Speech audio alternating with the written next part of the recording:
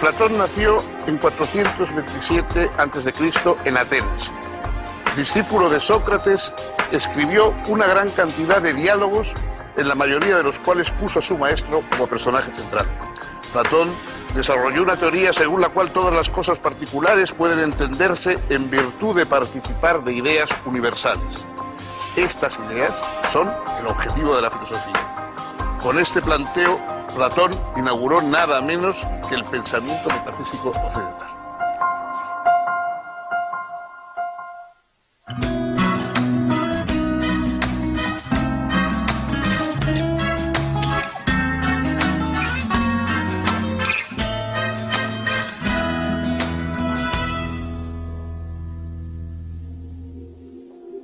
¿Cómo les va? Bienvenidos. Si les parece, vamos a hablar un poco de filosofía. ¿Qué es filosofía? Alguien ha dicho que todas las obras filosóficas que se han escrito son simplemente notas a pie de página de los diálogos de Platón. Ese filósofo griego, a su vez, escribió una serie de diálogos protagonizados, casi todos ellos, por la figura de un protofilósofo, de un filósofo anterior todavía al propio Platón, que no escribió nunca, Sócrates. Un personaje extraño, humorístico, que algunos tenían por un bufón, que otros tenían por un personaje subversivo, que deambulaba por Atenas sin ninguna prosopopeya, sin darse importancia, sin considerarse un gran profesor, simplemente preguntando a los ciudadanos de la polis, de Atenas, si sabían qué era la belleza, qué era la verdad, qué era la justicia, y cuando ellos, riendo y considerando que eran temas muy sencillos, le daban una respuesta convencional, él comenzaba a hacer preguntas sobre esa respuesta convencional hasta poner en claro que al menos no sabían cuál era la respuesta. No es que Sócrates ofreciera una respuesta definitiva, pero demostraba que los demás tampoco sabían eso que creían que estaba tan claro y tan fácil.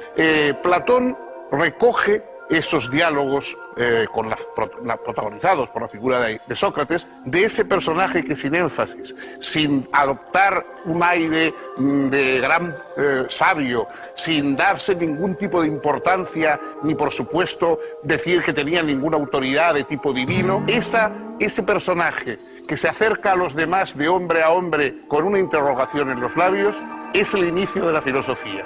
Así empieza todo, así nos lo contó Platón, y vamos a intentar ahora saber cómo fue, quién fue ese Platón a cuyos diálogos dan origen a todo el resto de la filosofía occidental.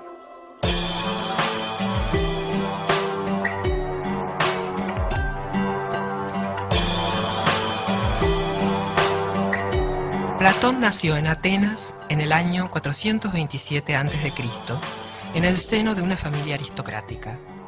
Fue testigo de la guerra del Peloponeso, entre Atenas y Esparta, en la que llegó a combatir, y también de la decadencia ateniense, sacudida por una tiranía oligárquica primero y por una democracia populista y demagógica después.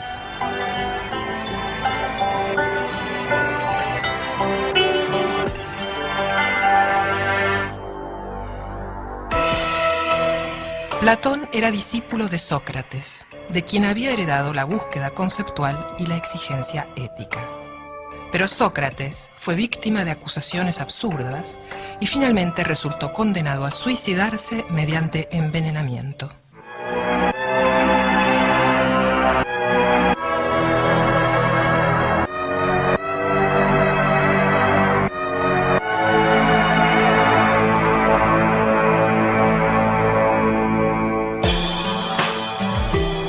Preocupado por la crisis moral y política ateniense, Platón puso todas sus energías en tratar de establecer entre sus conciudadanos un ideal de justicia y de respeto por la verdad.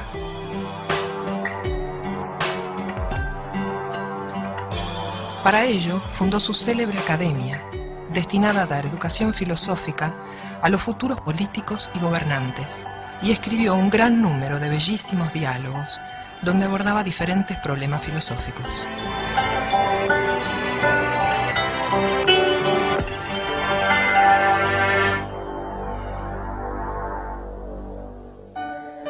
Los diálogos se pueden dividir en tres grandes grupos.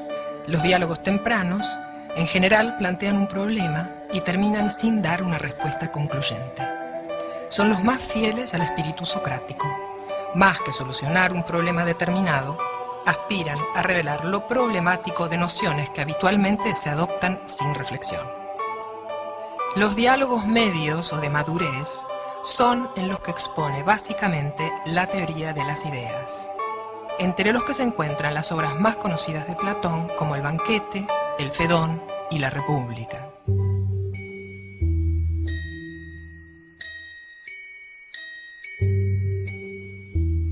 Las ideas, según Platón, son objetivas, eternas y universales.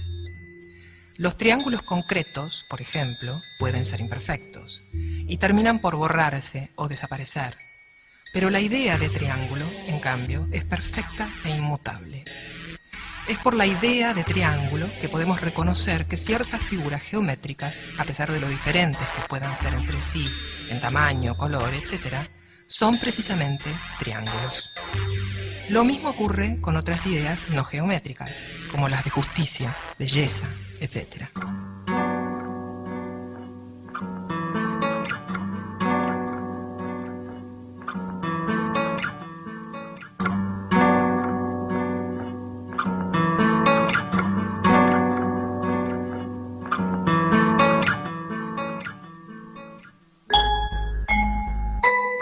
Los diálogos tardíos o de vejez, finalmente, expresan una reformulación de su filosofía.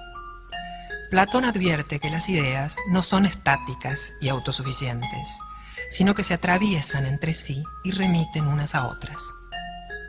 Platón comenzó ocupándose en sus primeros diálogos, muy a la manera de Sócrates, de problemas éticos concretos, y terminó alzándose en sus diálogos de vejez hasta la cuestión de la estructura misma de toda la realidad.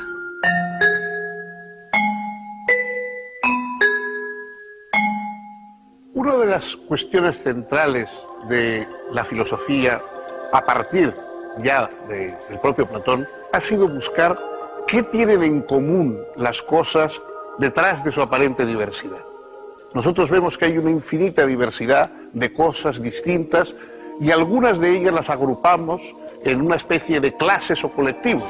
Hablamos de árboles, de hombres, de peces, de estrellas, y quiere decir que esa diversidad de cosas tiene algo en común. Ese algo en común que tienen las cosas de un mismo género, de un mismo rango, es lo que más o menos Platón llama idea. Las ideas son algo así como los arquetipos a partir de los cuales se diseñan toda la diversidad de un grupo de cosas. Todos los hombres, todos los peces, todos los árboles, las plantas, lo que se quiera, es decir, cualquier género que uno quiere tomar. Eso es lo que hay que buscar, eso no es aparente, no se ve. Es decir, nosotros vemos la diversidad de las cosas diferentes, nunca vemos la idea, el concepto. Por eso Platón supuso que esas ideas, esas categorías arquetípicas a partir de los cuales se organiza la realidad, pertenecen a otro orden, a un orden que da sentido al nuestro, pero que está más allá de él. Eso es lo que sale a buscar ese huido de entre los hombres que va a buscar las ideas para mirarlas frente a frente. Los demás, en el fondo de la caverna, están sometidos a ver puras sombras o sombras de sombras incluso, hasta que rompen la cadena, es decir, hasta que se ponen a pensar, porque la forma de liberarse por parte del ser humano es entregarse al pensamiento, y salen afuera a mirar las ideas frente a frente. Esa experiencia de liberación es lo que en su apología Sócrates, a punto de ser condenado a muerte, él dice: una vida sin examen no merece la pena de ser vivida. Es decir, una vida sin que en un momento rompamos con la rutina, con las sombras y salgamos a buscar las ideas en sí mismas, no merece la pena de ser vivida. Este es el criterio filosófico a partir del cual nace toda la trayectoria del pensamiento occidental.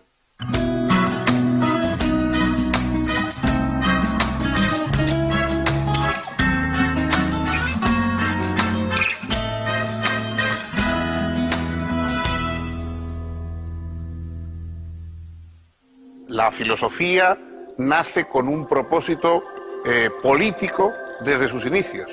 Y Platón es uno de los filósofos con más conciencia y más exigencia política. Él lo que quería no era simplemente una reflexión sobre el mundo, sino una reflexión sobre el mundo que hiciera mejor la ciudad, la convivencia y la organización de los seres humanos. A esa organización mejor, él llamaba justicia. Justicia es la organización de la polis, de la república, de la situación de la comunidad humana, la situación adecuada, es decir, aquella postura en que cada cual está en su sitio. La justicia es que cada cual tenga lo que le corresponde y que cada cual desempeñe el papel que mejor le puede ir en la colectividad. Y sobre eso Platón reflexiona en uno de los diálogos, quizá el más famoso de todos sus diálogos, La República, en la que lo que se plantea es en qué consiste verdaderamente una ciudad bien organizada. El régimen pensado por Platón es rígido. De hecho, en un momento incluso dice que hay que desterrar a los poetas de la ciudad porque los poetas mienten mucho, porque los poetas cuentan y hablan solamente de pasiones y de situaciones subjetivas, y los seres humanos olvidan que la dimensión más importante de sus vidas es la colectiva, es la que comparte con los demás, no la subjetiva. Algunos, Popper por ejemplo, han dicho que Platón es incluso el padre de los estados totalitarios, porque a pesar de lo lejísimos que estamos, naturalmente, del totalitarismo moderno, pero hay una vocación ordenancista, autoritaria, rígida, en el planteamiento cerebral que hace Platón.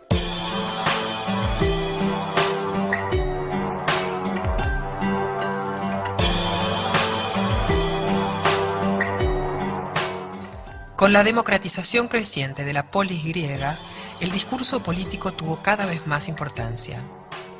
Quien podía argumentar eficazmente a favor de sus opiniones e intereses era capaz de obtener apoyo y consenso. La oratoria se convirtió en una herramienta apropiada para acceder al poder, y cientos de ciudadanos estaban dispuestos a pagar para que se les enseñase tal habilidad. Surgieron así los sofistas, maestros itinerantes que, entre otras cosas, enseñaban a hablar en público. Su influencia fue muy importante, y algunos, como Protágoras y Gorgias, fueron especialmente famosos. Platón los consideraba representantes de la falta de compromiso con la verdad y el relativismo, pues enseñaban a argumentar tanto a favor como en contra de cualquier posición. Para Platón, en cambio, solo la verdad merecía ser defendida. Por eso prefirió llamarse filósofo, es decir, amante de la sabiduría, en vez de sofista, que nombraba a quienes simplemente vendían sabiduría.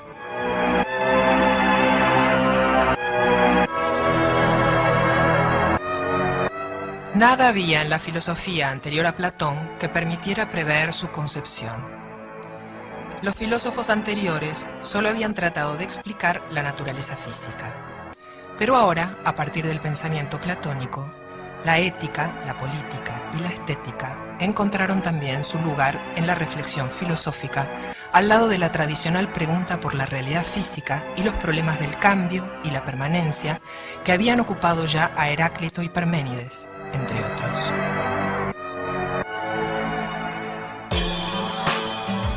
Al formular su teoría de las ideas, Platón se preguntaba qué son la justicia, la bondad, la belleza y las demás propiedades de este tipo. Con este preguntar abre nada menos que el pensamiento metafísico occidental. Platón expone que para que pueda plantearse que algo tiene una propiedad, tiene que haber esa propiedad. Pero ella no está en ninguna parte, ni es percibida por los sentidos. Para Platón se trata de que hay una idea de justicia, que no se agota en ningún acto particular, justo o injusto.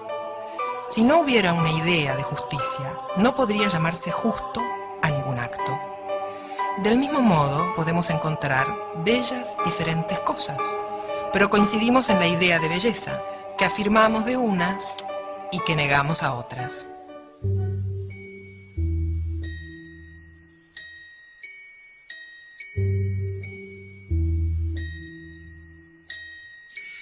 Platón expone que el filósofo es quien puede progresar desde las cosas bellas hasta la idea de belleza. El filósofo puede ascender de un cuerpo bello a todos los cuerpos bellos, y de estos a las bellas normas de conducta, y de ahí a los bellos conocimientos, y terminar en el conocimiento de la belleza absoluta, de la belleza en sí. Si la idea de belleza fuera solo subjetiva, si fuese distinta en cada hombre, nadie sabría a qué se refiere otro al decir que algo es bello. La vida en común sería entonces imposible. Esa vida en común exige, según Platón, que podamos compartir algunas ideas que están en la base de toda comunicación. En particular, la idea de justicia. Pueden variar nuestras valoraciones respecto de qué cosas son justas y cuáles no, pero no puede cambiar aquello por lo que persisto en llamar justas a algunas conductas. Es porque hay una idea eterna, objetiva y universal de justicia, que es posible alcanzar consensos éticos o políticos.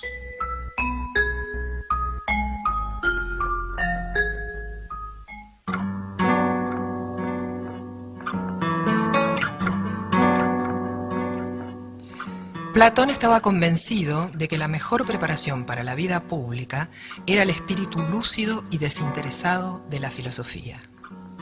Con ese propósito había fundado en Atenas, en el año 388, lo que se podría llamar la primera universidad de Europa. Ubicada cerca del santuario consagrado al héroe Academo, había recibido el nombre de Academia. A ella concurrieron jóvenes de Atenas y de otras ciudades para aprender no solo filosofía, sino también matemáticas, astronomía y ciencias físicas y naturales. Antes de crear la academia, Platón había intentado hacer un filósofo de Dionisio de Siracusa. La aventura finalizó en el año 388 con Platón ofrecido a la venta en un mercado de esclavos, ocasión en que un amigo lo compró para liberarlo. Cuando 20 años más tarde el tirano falleció, lo sucedió en el trono de Sicilia su hijo Dionisio II, quien invitó a Platón a su corte por una temporada. El filósofo volvió una vez más a Siracusa con la intención de hacer del joven Dionisio II un rey filósofo. Platón presentó un proyecto de constitución que fue desechado por Dionisio II. Aconsejó la organización de una confederación de ciudades contra la amenaza de Cartago, que jamás fue instrumentada, y requirió la amnistía para los opositores políticos del joven tirano, lo que fue desestimado. Platón se vio obligado a admitir que no podía pretender que los gobernantes fuesen lúcidos y desinteresados. En el último de sus diálogos, titulado Las leyes, abandonó la noción del rey filósofo y confió a la organización legal lo que ya no podía esperar de la sabiduría de los individuos. Este es el diálogo más extenso, un diálogo donde Platón ofrece un segundo modelo de Estado, después del de la República, pero un modelo pautado exclusivamente por leyes, a diferencia del modelo de los diálogos medios, donde importa sobre todo que los filósofos gobiernen y pareciera que la ley ocupa un lugar secundario. En su último diálogo, Platón deposita la esperanza de un orden político justo y armonioso en el adecuado ordenamiento jurídico.